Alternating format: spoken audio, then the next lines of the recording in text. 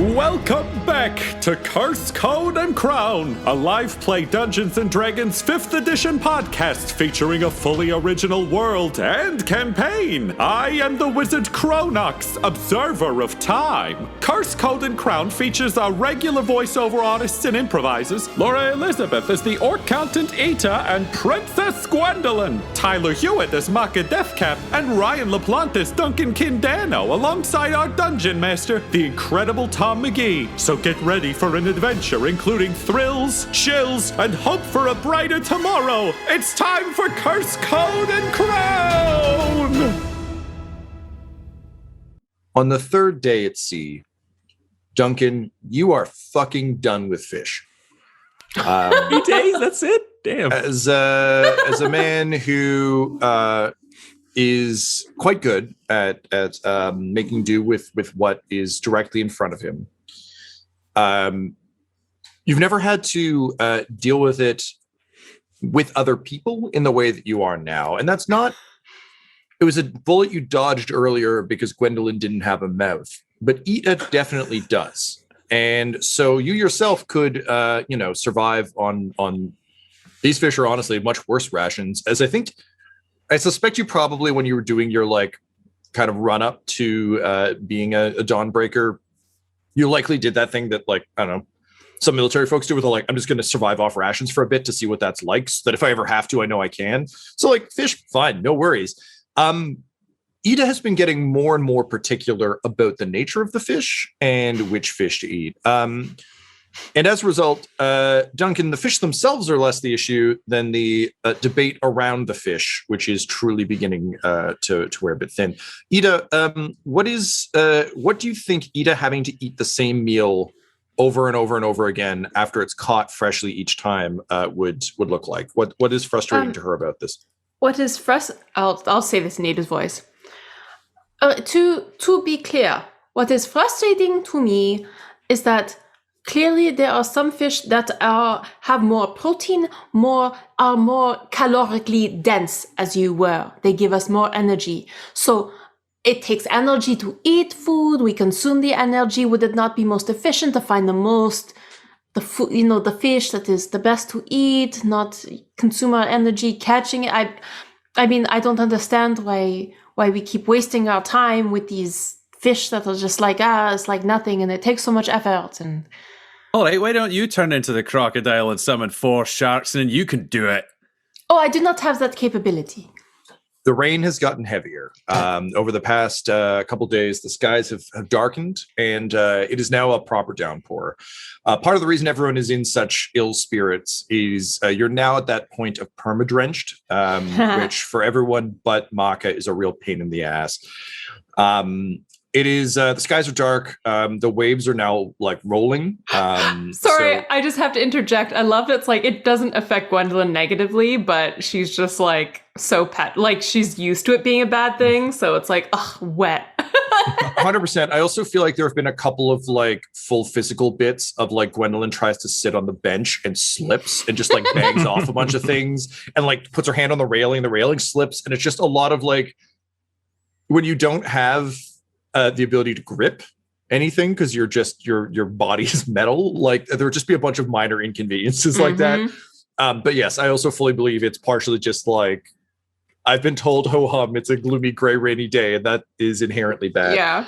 Also, you only weigh 40 pounds, so you don't have a whole lot of mass to hold you down on a slick surface. Also true. You're the little dog, only you're human height with 2 legs. Yeah, just imagining you teetering around for the first few days as things get worse, and then eventually, I think probably resigning yourself to just kind of I imagine getting in a little cluster right at the front of the boat and just kind of tucking into that corner and probably crossing your arms and. Gwendolyn, would you be at risk of falling out? Yeah, I think I would have to kind of brace myself. It's basically between the direction of wind and the side of the boat. So I think maybe you just tie her down. Yeah, I was gonna say Duncan has tied you to his own waist. So it's I have to tell you torso. what I'm picturing in my head is when we'd have an ice storm when we lived in a condo, and so basically the ground would be slick and we'd have to take Freddie out, right, to do his business, and we were having like 90-kilometer-an-hour winds, and Freddie was just like, oh no, it was just like sliding along, like, oh shit, like that's basically Gwendolyn. Yeah, so Gwendolyn, you're on a leash to Duncan now. It's tied around your torso like Freddy's harness, and it's tied to Duncan's waist. But it means because there is a sail and he's constantly going around the boat to check on things, you constantly have to trail behind Duncan so you don't get tied up around the sail. Yeah. This has added to the general consternation of the boat because Ida has been constantly pointing out mathematically sound angles for this and how, it's not an optimized way. Like if Duncan cuts under, like if he has to like get under the boom and Gwendolyn is not on the right side and you're getting like tangled up, I'm sure Ida is just offering theoretically very helpful angles for next time. Yeah.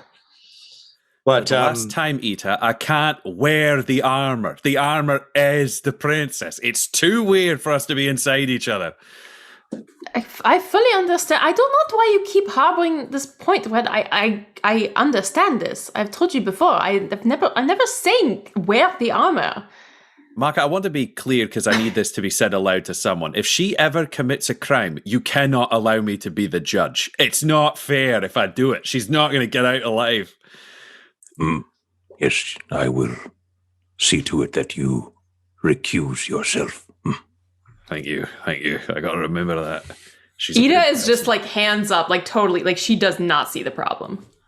Yeah. Obviously. I do think though that the thing that's been driving Ida particularly nuts, in addition to the general inefficiencies, as a glasses wearer myself, just having to constantly do the windshield wiper thing is, I'm sure, and also for someone who's so precise, I'm sure it's like take it off, polish them, put them back on, a minute later take them off. So basically all of you are now stuck in like a weird cycle of just hell as other people, as the weather has truly turned and kind of raised tempers. Makka, I think being able to commune with sort of the cluster and also seeing the cycle occur to some extent is enough of a comfort to kind of help. It's one of those like bridge comforts that just kind of gets you up and over that initial sort of hit you took. But also a lot of these annoyances are things that are so kind of far beneath you that for you it's more just kind of a going about your business as they continue to squabble. Either like beneath me or completely over my head. Like, yeah, that's kind of what I mean. Sorry, not like you're like actively like, no, you're not like a Buddhist monk being like, no, I choose not to engage. It's more so just like, this could be them like confessing love to each other or this, and it would both just kind of be like, yeah, doing your thing, Yeah, exactly. So it's just beyond what you understand. So you're just kind of continuing to help where you can, and I think looking inward. Can you roll me let's go with an insight, just to kind of figure out how successful you've been at communing with the memories of the root folk within your psyche. That's another natural one, sir. Oh boy. We're gonna do one per episode going forward here on Curse Code and Crown. Say 2 more and Jossie has just taken over the earth. Like you're gonna force a plot twist on Tom. And you get a free sub. So, hey. All right. So I think, Makka, despite the fact that the root folk sort of like, it's not really a hive mind, but the shared history and intelligence has been kind of working its way into your understanding and into the cluster and into all that. It's still so much information that I think anytime you try and tap it's too much. Yeah. It was the memorarian, right, who held it all, and it was like generations of memories. Yeah. Mm-hmm. And so you can get glimpses, I think, but it's one of those situations where if you were to look at all of it, your brain would just break because it just can't possibly absorb. I think the cluster is like a spectrum, right? And the memorarian is like a focus. So it's like a beam being fired into my brain from the memorarian, which I think under better circumstances, I can weather that and I can gain these glimpses, but I think I'm too worn down and weary that it's like a migraine sets in like immediately kind of thing. Yeah. I'll get like nauseous. It'll just be too laborious to with like yielding no new information kind of thing. 'Cause it takes a minute to to establish that connection. So I think it just becomes too taxing on Makka right now for that. Great. Yeah, I love that. I think there's also probably to some extent approaching that focused a beam with intent is in a lot of ways difficult too, because it's like you can't just let it wash over you, because you're kind of like, I need some insight. And it's okay. So we'll say that's where you're at right now.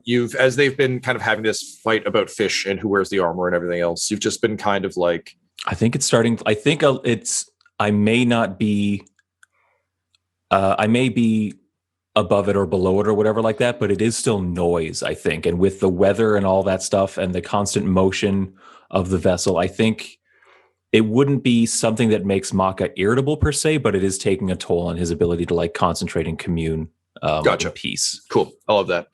I'm going to give you, as a consequence of this kind of migraine situation, and I'm going to give you disadvantage on your next wisdom check. I'll make a note of that. Of any sort. So if it's any kind of wisdom. Yeah, if it's a skill that involves wisdom, you'll have disadvantage on it, just because, your brain, your noggin hurts.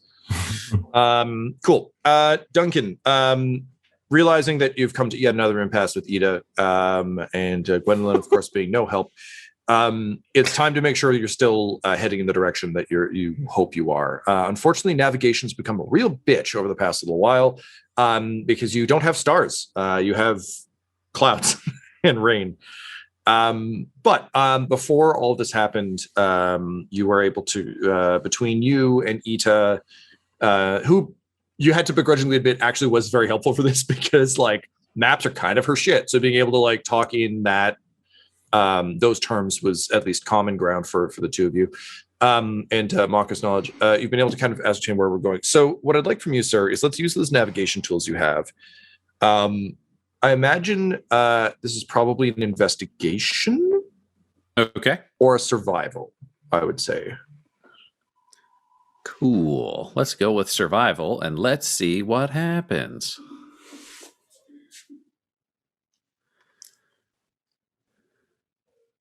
Do you want me to add proficiency because I've got the right tools for this, or how do you want this to work? Yes, and I'll let you re-roll. I'll let you take advantage on this, largely because I think Ida would be a tremendously huge asset in navigational stuff. Even if it was just like rattling off like latitudes and longitudes off the top of your head, being like, I don't know, fucking somewhere over here. The fact that she'd be able to rattle those back to you in like a useful, it would be like having a computer. It would be very helpful. Yeah, he's got the calculator that lets him cheat on the test. It's a dirty 20. Dirty 20. All right, fantastic. So Duncan, you have always been fascinated, of course, by the history of Gren. What you could glean of that from the sort of admittedly shitty archives of Orville. Always more fascinated with its own brief history than the history of the world beyond. That said, you in the same way that like I had this awesome little picture book of like the 7 wonders of the world that always really stuck clearly in my head. You were always fascinated by some of the landmarks that exist out in the world. And one of those landmarks that was so famous that even Orville had record of it was the Spiros Observatory, which was a lighthouse structure sort of built on the very edge of what in some texts is referred to as the central continent of Gren. This is the continent that Orville was tethered at the very the westernmost corner of. I'm sorry, you've been heading west this whole time, not east. I'm losing my own geography here. So for you, this is like, there was generally more information about that area because it was closer. If you'll recall, when you left Orville, you all sailed west, which brought you around to the Bone Spur Mountains and the like. So on the very easternmost tip of this central continent was the Spiros Observatory in an area known as the Fertile Valley. So given that there is A, lighthouse, and B, that it is the easternmost reach of this continent, and that, you know, if you're on land, at least you've got options, whereas right now your options are like fish or bust. and your fresh water is running somewhat low, though, Makka, you may have something to help with that. I'm not entirely sure. This seems like a natural place to look for. Also, it's a big enough landmark, and also is a lighthouse that theoretically you should be able to see it even in a storm. So you are headed roughly, as you understand it, towards the Spiros Observatory.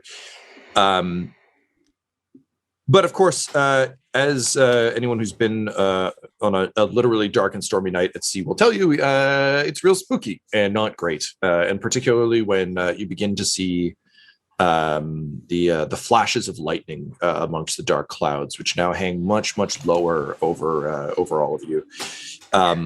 The wind has gotten immensely stronger. The sort of gales of wind blowing across the water are beginning to howl, and the waves are getting larger.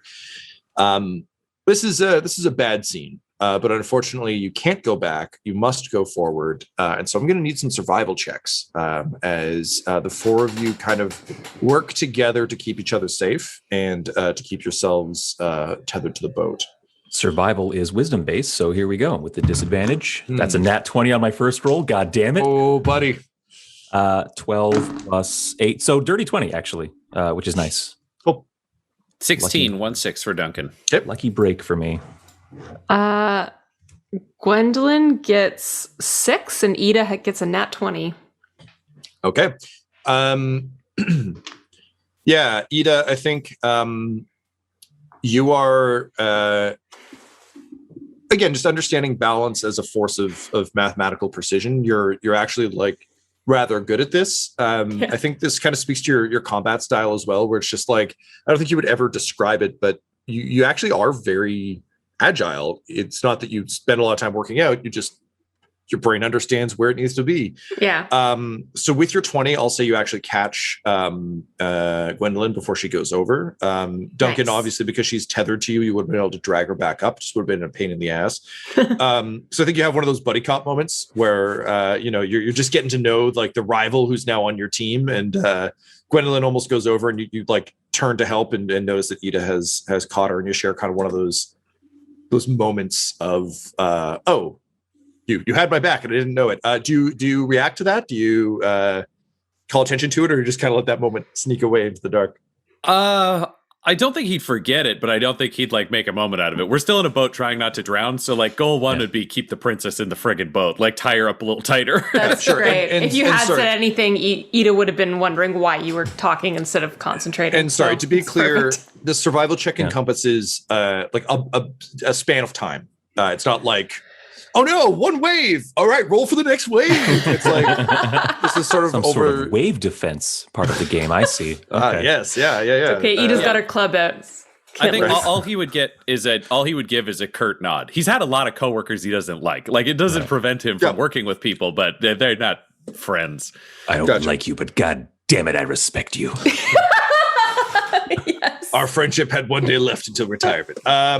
Great. All right. So you all managed to kind of literally weather the kind of the worst of it, and you are you're certainly not out of the woods, but at least the immediate like jostling. Now that you're kind of used to it, you're able to function a bit more. Can I get some perception checks from anyone who thinks so probably Duncan, you've got your eyes on the horizon. Ida, I suspect you would actually be more concerned with the boat itself. And would that be fair to say, or would you also be trying to navigate? Ida would have one eye on like where they were going. She couldn't not. Okay, cool. So you can roll. Makka, I feel like you are probably in the here and now, not in the future tense. Yeah, I think our current situation demands a bit more focus. So yeah, he wouldn't be mentally absent. Okay, great. So we'll say that you're kind of resecuring things that have come loose. And Gwendolyn, I feel like you would be of no use in this particular instance, just because. Absolutely correct. You are a bag of rocks being like shaken about. Yeah. Okay, so if I get perception from both of you, please. That is a 12 for the Dunk Master General. Dirty 20 for Ida. Damn. Jesus, Ryan. Ida, despite Oh, okay, yeah. This is how we'll play it. You after the immediate danger is over, your glasses are of course speckled and flaked with water, with drops of water. So you pull them off, give them a quick rub. I think you've gotten less and less careful about this to the point now where it's like just your shirt, whereas before I'm sure there was a cloth. Now the cloth is wet and it's just fuck it, we're doing what we can. And as you put them back on, there's another flash of lightning amidst the clouds that almost it causes that after image sort of thing that's quite irksome. But you could have sworn that you saw something moving. That the lightning bolt didn't seem to be following the trajectory that you would assume a lightning bolt would follow. Oh. So it was just not static. You would you would it was like bolt lightning kind of jumping from cloud to cloud. Okay. And I think for Ida this would be a little bit like if you blinked and a car was in the wrong lane and you blinked again, the car's back in the right lane. It's just it didn't go the way you thought it should go. Because mathematically, there's a place that lightning is random, so you can't predict with any certainty where it would go. But there was something off about its movement that sits ill with you. Duncan, you just see a flash of lightning for the Dunk Master General. Where is the lightning, Tom? Relative to us and the shore. You can't see the shore yet. You're just going in. No, you're just going. Can't see the lighthouse. No, okay. You're just going in a general direction. You assume to be a shore-like direction, hoping that the lighthouse will be a nice, easy landmark, if anything will be. Right. So the lightning is it was kind of ahead of you. It's now kind of directly above you and behind you as the storm has worsened. So far, you've only seen a little bit. The peal of thunder is still relatively new in your ears, but it's definitely it's lightning o'clock. Is the sense you're getting? I think I turn to Duncan and say, I believe we should be rather wary of the lightning. It is moving quite erratically, and I am not sure if something more nefarious is afoot.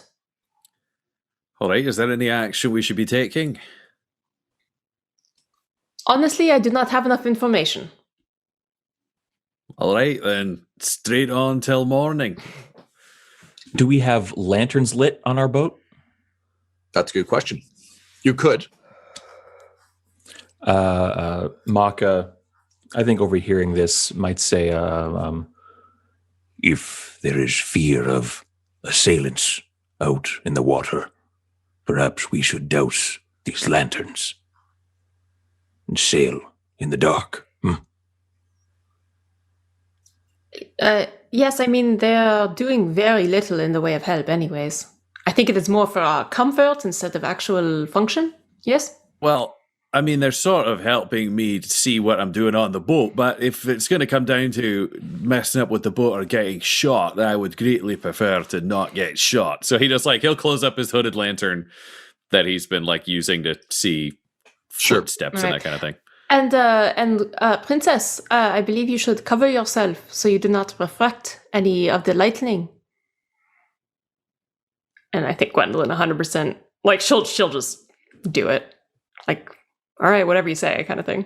Makka, is there anything you can do to make this giant, white, shimmering, logoed sail a little bit less blazing? And I'll have a quick look at my spells here. It's blue, right? Yeah. Sail? Yeah, bright blue. Yeah, that's still a problem. The logo is white though. It's okay. It looks like a shitty hotel. Gotcha. It's all inclusive, but do you want it to be? I don't think so. I have Pass Without Trace, but I don't think I can bestow that upon our ship. I think that's more for creatures. Can't all of a sudden have a fucking stealth boat.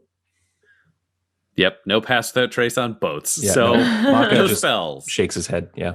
All right. Well, then hopefully they like turtles if they see us.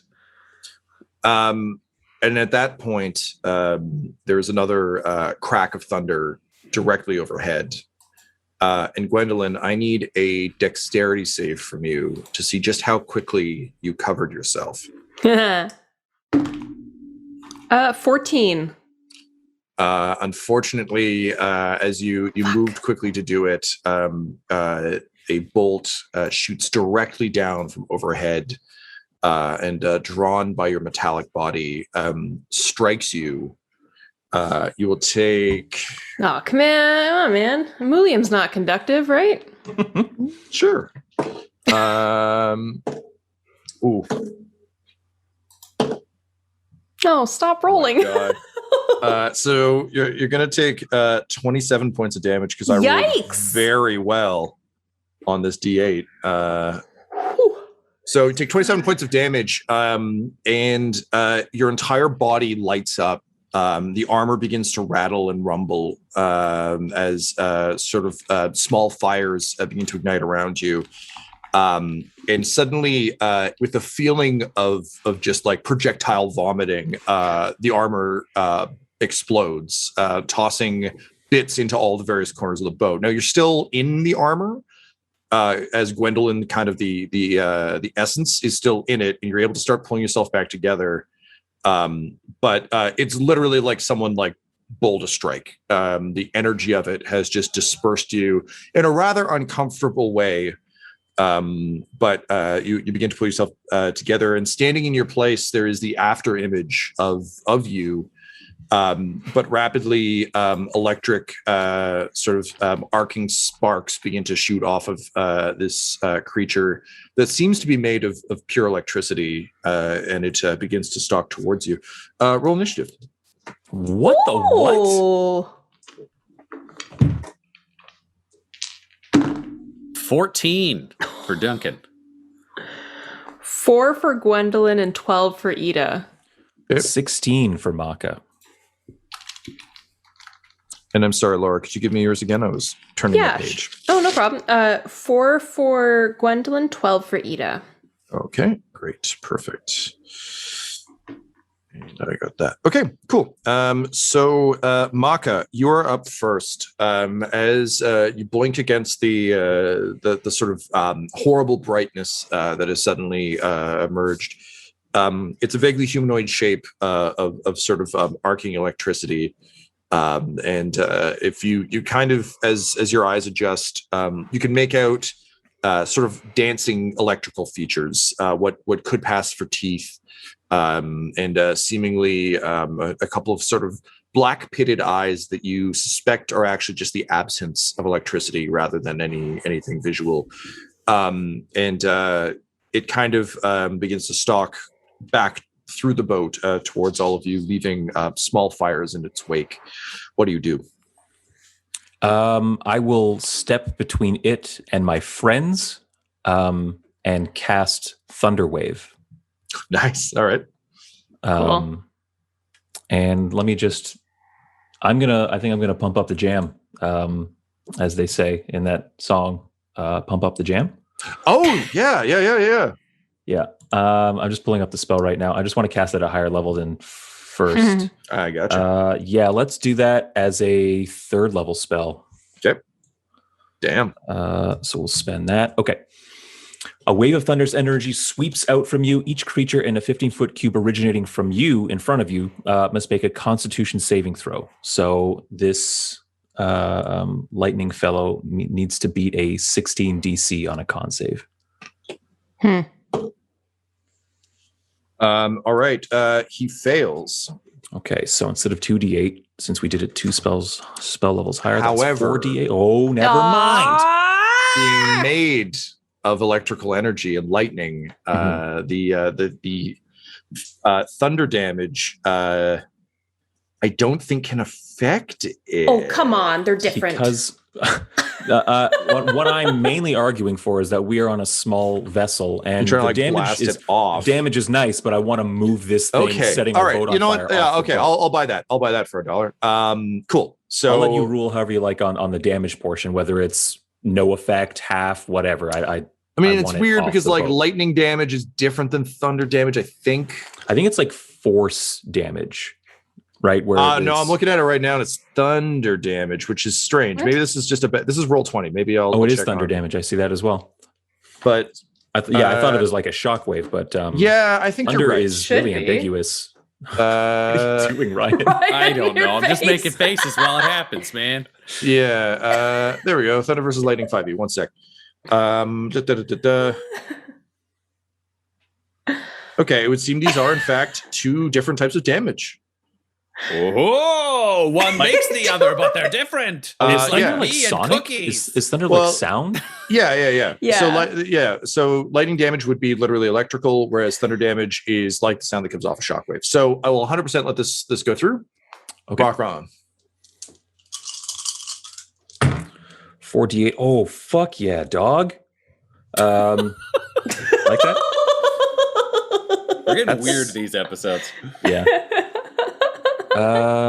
I'm not adding anything to that, I don't think. No, it's just the roll. So that's 19. Oh, thunder damage. hey. Woo. That jam is And, pumped. Yeah, no And kidding. is pushed 10 feet away from me. And that thunderous boom is audible for 300 feet, which I hope, doesn't mean anything in this scenario. It's a thunderstorm. An unnaturally loud blast of thunder echoes across the water as the lightning creature is completely like blasted apart off the back of the boat. Unfortunately, you can see it start to reform as it kind of flies through the air. However, it hits the water, and suddenly there's a blast of electricity around the boat as the lightning seems to infuse the water and crackle within it. Ida, as this happens, you cast your eyes upward to the skies and can see more of these creatures moving amongst the clouds. And sure enough, you can see that they're. It's almost like watching. Charged up like roots or power cables. You can see them arcing like the roots of a tree towards the central point of your boat. With the initial creature having been blasted off, you actually have a moment to prepare now. How do you prepare against the incoming second wave? So you made the joke earlier, Tyler, but you weren't wrong. Jeez.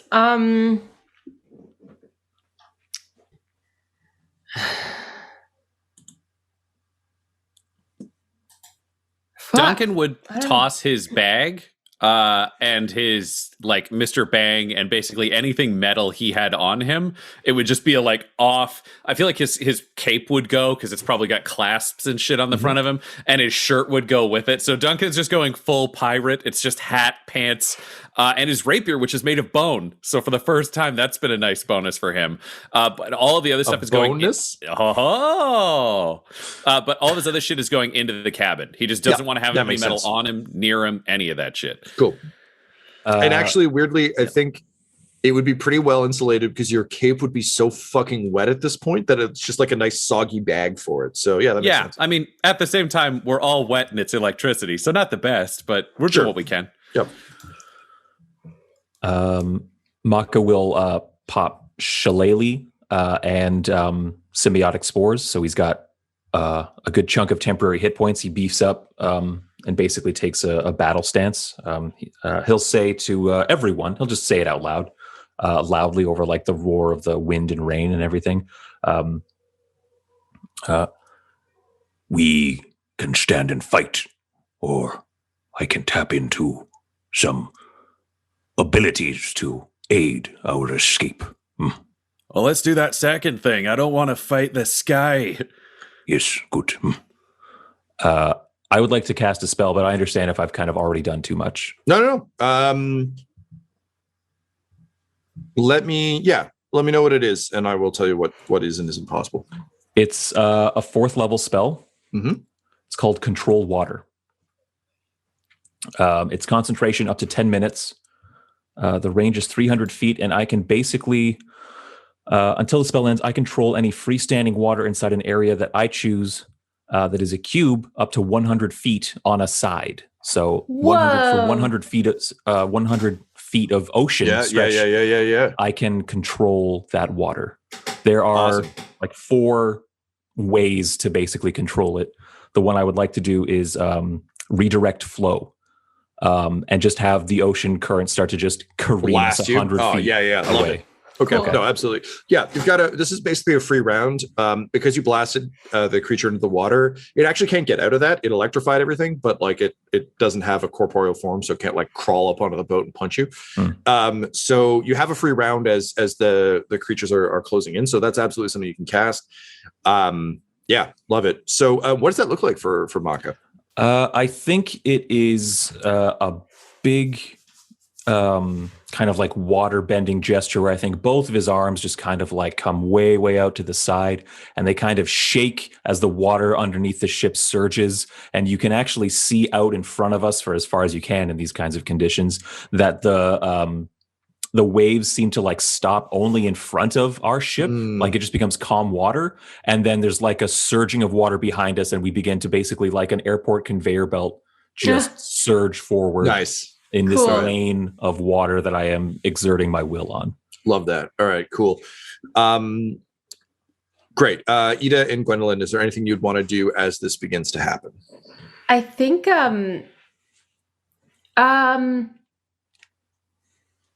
yes. I think Ida would actually advise Gwendolyn on this. And Gwendolyn's like pulled herself back together somewhat.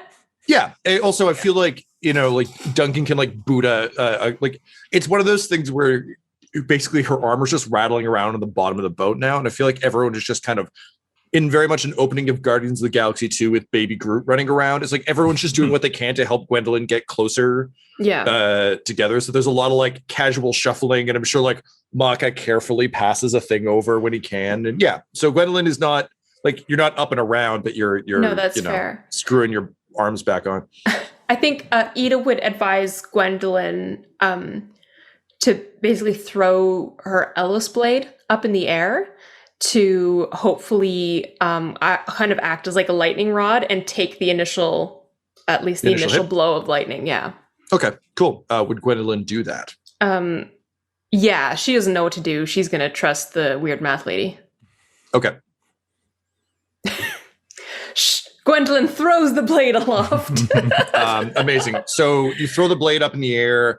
Makka sweeps his arms forward. Duncan, I assume you grab the till and the tiller, Duncan and are just like strips his clothes off majestically. I'm just thinking it's a Bruce Almighty, like full body. And then he's just at the till, ready.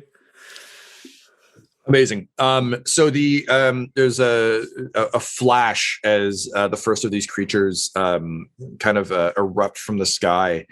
And as they do strike the Ellis blade, being like a nice shiny piece of metal.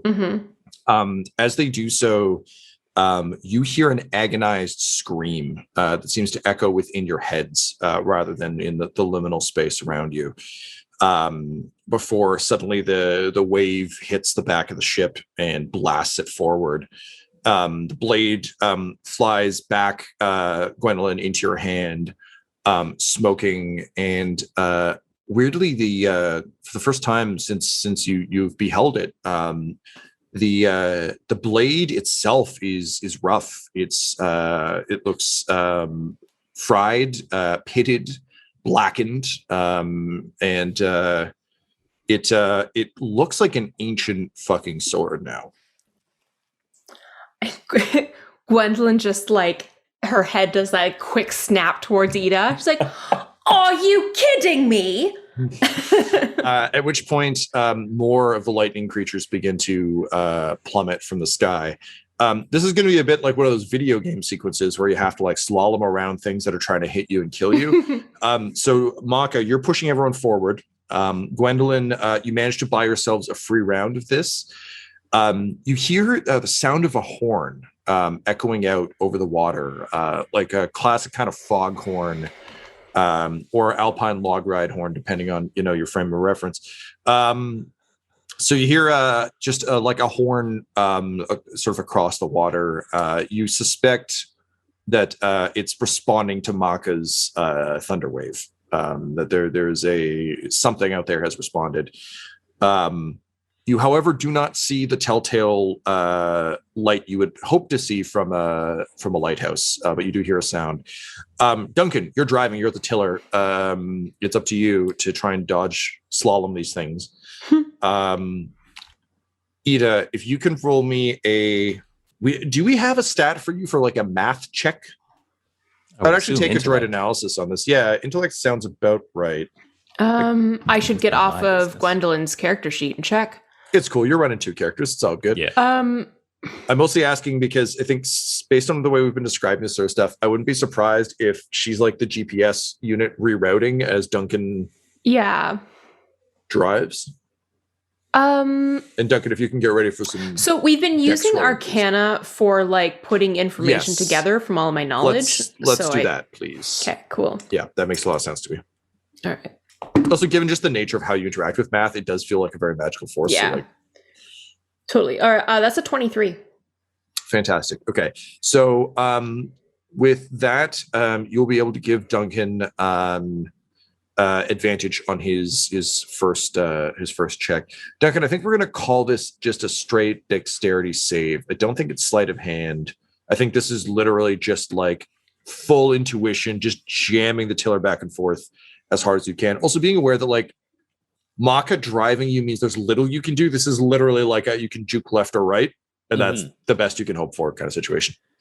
So Tom, this is a weird rule that may apply here. I'm a matador, which means I can add half of my charisma modifier to dex saves against dangers I can see, including traps and spells. Oh, 100%. Yeah, I would absolutely give this to you.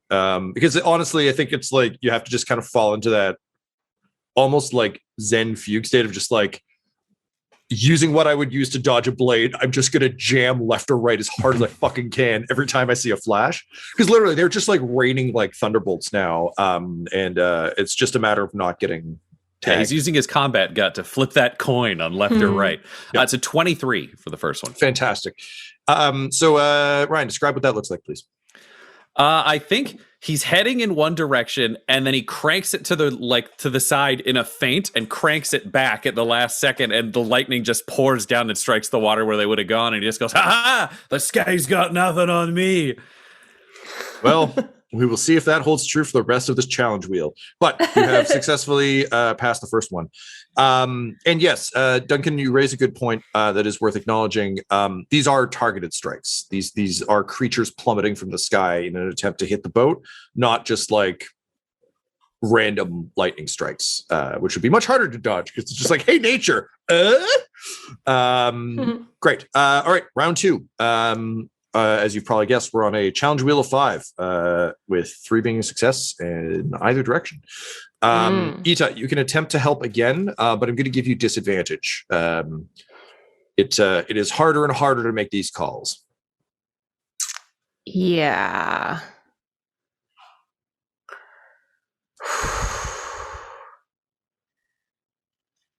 I think I'm just going to have to do.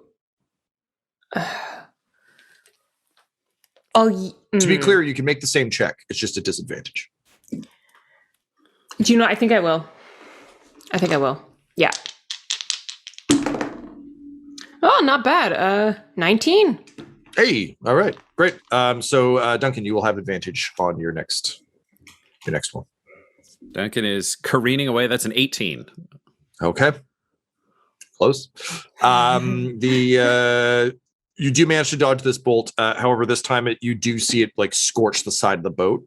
I think you do the feint again. I mean, you're a seasoned duelist. You know that a feint often doesn't work twice, but your options are somewhat limited here. So as you do, 2 come down at the same time. One of them scorches the side of the boat. You can hear wood splinter and crack from the initial creature's attack. You're starting to sense that the structural integrity of this boat is rapidly declining, particularly with the speed at which it's going. But you are nevertheless successful. Next up, Ida, this will be the last time you can help. As the lightning is coming down faster and more furious. I'm going to try to do it. Disadvantage? Yes. Oh, one of them was a nat 20. The other was not. 14. 14, unfortunately, will not do. So, Duncan, you're on your own on this one. The lightning is coming stronger. You can see darkness on the horizon. It would seem to be a landmass not too far from here. Go ahead. Well, I guess it's time to keep playing rock, paper, go fuck myself. And then he's gonna faint again. He's going for the third time in the hopes that he can rope a dope him. The lightning's like, surely he will. Oh no, 3 times. Fuck. Yeah, no, that's a 15. It didn't work. All right. The lightning strikes the boat. I need a con save from all 4 of you, please. Except Gwendolyn, who I believe is no, you're out on the deck. Never mind. Yes, from all 4 of you. 12 from Ida, 16 from Gwendolyn. 17 for Duncan. Okay. 4 for Makka. 4. Oh. Okay, and Laura, who got the 12? Ida? Ida? Okay. Ida got it now. Yep. Yeah. The higher one was Gwendolyn, yeah. All right. So the 2 of you who failed the save will take 20 points of lightning damage, and I need an additional con save, please. From everybody, or just the ones who failed? Just the ones affected. Okay. Oh, Tyler. Oh, 6 for Ida. Nat 1 for Makka. Oh my god.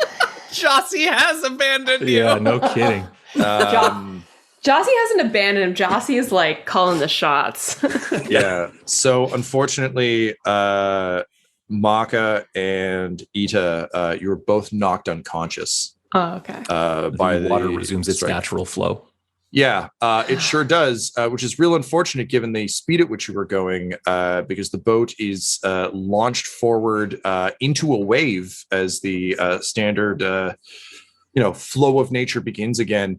Duncan, I need I think this will just be a deck save again. And Gwendolyn, you're conscious, so you get one too. Okay. That said, I'm going to give you both disadvantage because you're tethered to each other, which is not great for trying to stabilize yourself as a boat tilts forward.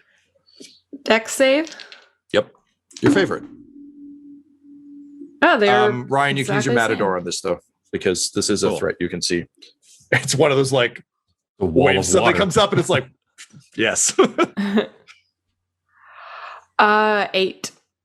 17 for Duncan. 17? Okay. As the boat crashes into the wave, you feel it splinter and crack as it lurches forward, throwing Makka and Ita's unconscious bodies into the water.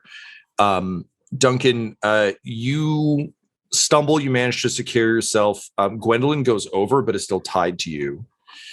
The boat is capsizing. It's still floating, but you can see it's starting to crack and splinter. And the lightning is getting much closer. There is a benefit to this. Gwendolyn being in the water means that lightning can't hit her because she's underwater. So, minor wins. But you can also see the crackle of electricity in the water as these things begin to assault the water. What do you do about Makka and Ida? I'm still on the boat. I'm tied to Gwendolyn, who's outside of the boat. Ida will just fucking drown. So I think he'd yell to Gwendolyn. He's like, you need to get Ida and carry her back here. Then he'll just look over this side and be like, Makka, you're a fucking turtle. Turtle hard. Like, he's just going to hope Makka can fucking turtle enough to stay alive. Float, or does he sink? I don't think Duncan thinks he can fucking save him. It's the real problem. Well, I mean, the good news, weirdly, the good news with this is, like, with the water being this upset, like, he's just being kind of like tossed around like debris. He's not far from the boat. Like, it's just the boat hit badly and flipped. You see him start to move a little bit, because obviously getting like hit by water would do that. Gwendolyn, you're able to grab Ida. You're not far from her, so you kind of sling an arm under her, and I think probably like reach for Makka as well and start to kind of like kick towards them. Duncan, can you roll me a let's go with a strength, please, to try and get the boat back upright. Okay. Athletics or just a straight strength? Oh yeah, athletics would be just fine. Yeah, let's go with that. Cool. It's that classic Olympic event, boat rightening. That's a 6. He's not very strong. I understand. Also, it's a bitch to try and flip a boat in the middle of a storm. So as you see Gwendolyn actually like performing remarkably well, dragging the sort of unconscious bodies of Ida and Makka towards the boat. Makka is starting to kind of like groggily come to. Ida seems just completely out. She's really not built for this kind of hit. And as you kick wildly, you just push kind of with all your might against the lip of the boat. But unfortunately, it's formed a seal now, so there's like it's just really put up a lot of fight. You feel your muscles tense. But again, you're a duelist. You're built for agility, not like brute force. And yet, even in this moment of kind of tremendous danger, there is a little part of you that feels some degree of pride that of all the lessons Gwendolyn hasn't picked up, taking care of those in need seems to actually be one of them, as she kind of valiantly pulls towards the boat. She's not going to let her friends die. Woo! Yeah, it's a low bar, but she crossed it. And honestly, for her, that's a hero turn. Also, being a royal of Orville, like, fuck yeah, man. So despite yourself, there's just the hint of a smile at the edge of your lip. Also because you can't see as you struggle. And that image of her swimming toward you, actually kind of rising to the occasion, is the last thing you see before lightning strikes the boat, explodes, and everything goes white.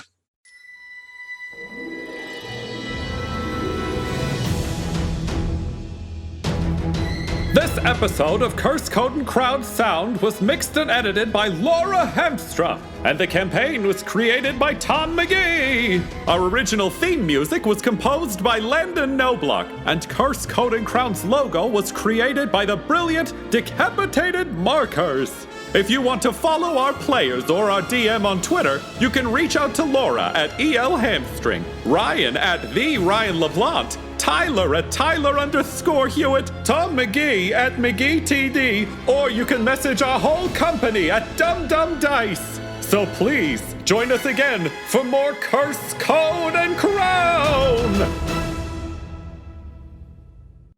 Dum Dums and Dice has to give a special thank you to the supreme beings of our Patreon at this time: Christian Menicola, the Half-Blind Prophet, Christopher Little, Sue One, George Dolby, One True Artistry, Orion Birchfield, Lorda Bradovic, Noel Lewis, Scott Garland, Anthony Griffin, Benjamin V, Gavin and Abby McDonald, Cade Peters, Richard Cranium, Anna Zed, Eric Williams, Logan, Fire Unfriendly, Acrix, Cameron Ezel, Grandma Likes D&D, Alan, Austin Nut Powers Fry, Stabby Stranger, and Jill and Noel LaPlante. If you want your name to be added to this list, you can join our Patreon too at patreon.com/dumdumdice. Thanks to them, and a little bit of thanks to you.